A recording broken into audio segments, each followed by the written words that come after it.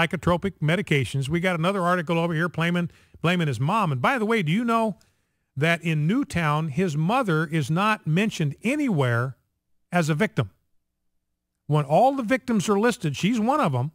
She's one of the 26 people that Adam Lanza shot. But when you have the official count, she's not listed anywhere. She's not mentioned. So apparently the people in Newtown, they're blaming the mom for this. So we got the mom being blamed. We got guns being blamed. And here is Lawrence O'Donnell, and here's who he fingers for blame. Let's listen. This time, for once, it actually isn't easy to predict what Wayne LaPierre will decide he has to say to preserve his position and to preserve the NRA. Not easy to predict.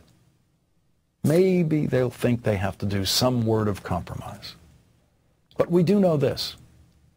There is nothing Wayne LaPierre can say now. There are no words, none, that can wash the blood from his hands. There's Lawrence O'Donnell. It's all the NRA's fault. Can't wash the blood from their hands. And here's a story I'm looking at. National Rifle Association has registered an average of 8,000 new members a day since the tragedy, an NRA source told Fox News. So you got more guns on the street. Everybody going and buying guns. Everybody going and buying ammo. Can't buy ammo. And everybody going and buying armor protective backpacks for their kids. And people are out there signing up to belong to the NRA. This whole thing is completely backfiring on the folks that want to trash the Second Amendment. Here's John Lewis, clip number 5, representative from the state of Georgia. Same state represented by Hank Johnson, by the way. He's the guy that was afraid Guam was going to tip over. He's the guy that apologized profusely for using the midget word, using the M word. Meanwhile, the N word used 109 times in Jamie Foxx's latest movie, and they're all proud of that. He's proud of the fact he gets to kill all the white people in the movie. But you got to apologize for using the midget word. Now, here's John Lewis from Georgia, and here's his view of this. Let's go. It's not all guns. We must bring the issue of mental illness out into the sunlight, out of the shadow, out of the closet. Deal with it. Treat people. Have centers where people can get the necessary help. But we can start by dealing with the issues of guns. There's too many guns. The British are not coming. The Russians are not coming. The British are not coming. We don't need all these guns to kill people. Well, tell that to the victims at Sandy Hook, that we don't need guns, that nobody's coming. Nobody's coming to threaten us. And don't forget that one of the reasons, the Second Amendment says that an armed militia, a well-regulated militia, is necessary for the security of a free state. So this is about tyranny.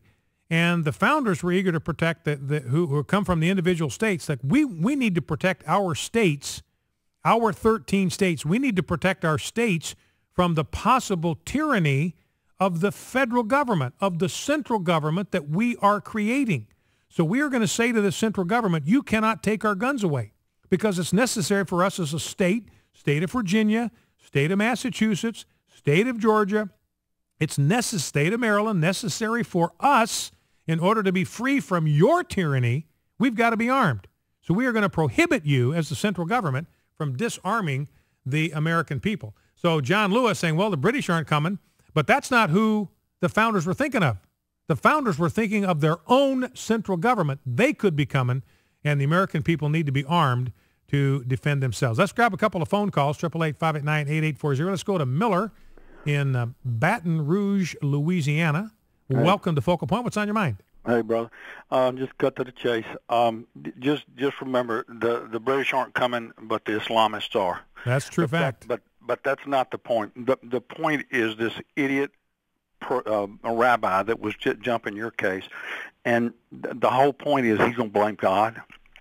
God's word says that the rain falls on the righteous and the unrighteous. God's word says that we will reap, Paul says, that what we sow. And this idea that the little children, look what David said when his little child with Bathsheba died. He said, I cannot You can't come to me, but I will be with you. And what is that telling us? The little children, and I'm not justifying it. I'm just saying the 52 million abortions, these little children that are under the age of accountability are with Jesus. It doesn't get any better than that. But we reap what we sow. And God is a loving God. Let's suffer the little children that come unto me. He loves the children, but we're going to blame God. His ways are higher than our ways, and his thoughts than our thoughts. All right, got to let you go. We are up against a hard break, but I appreciate the call very much. That is a great statement from Miller in Baton Rouge, Louisiana. Good note for us to bring this opening hour of Free for All Friday on Thursday on Focal Point, AFR Talk. I'm Brian Fisher, your host. Great to have you in the conversation. And, you know, I talked with you about that professor at the University of Rhode Island that said he wanted Wayne LaPierre's head on a stick. He wanted the guy murdered, wanted his head on a pike. He had 8 professors came out to defend him because he doesn't have tenure yet. So they're all worried about the fact is that they're calling for the murder of people in the NRA, calling for the murder of everybody who thinks teachers ought to be armed, and they're concerned the guy might not get tenure. So they've come out to his defense. Joyce Carol Oates, the one who said she hoped for violence against NRA members, said, I wasn't joking, I wasn't ironic, I meant it, I meant this seriously, quote, end quote. Focal Point, AFR Talk, back after the news.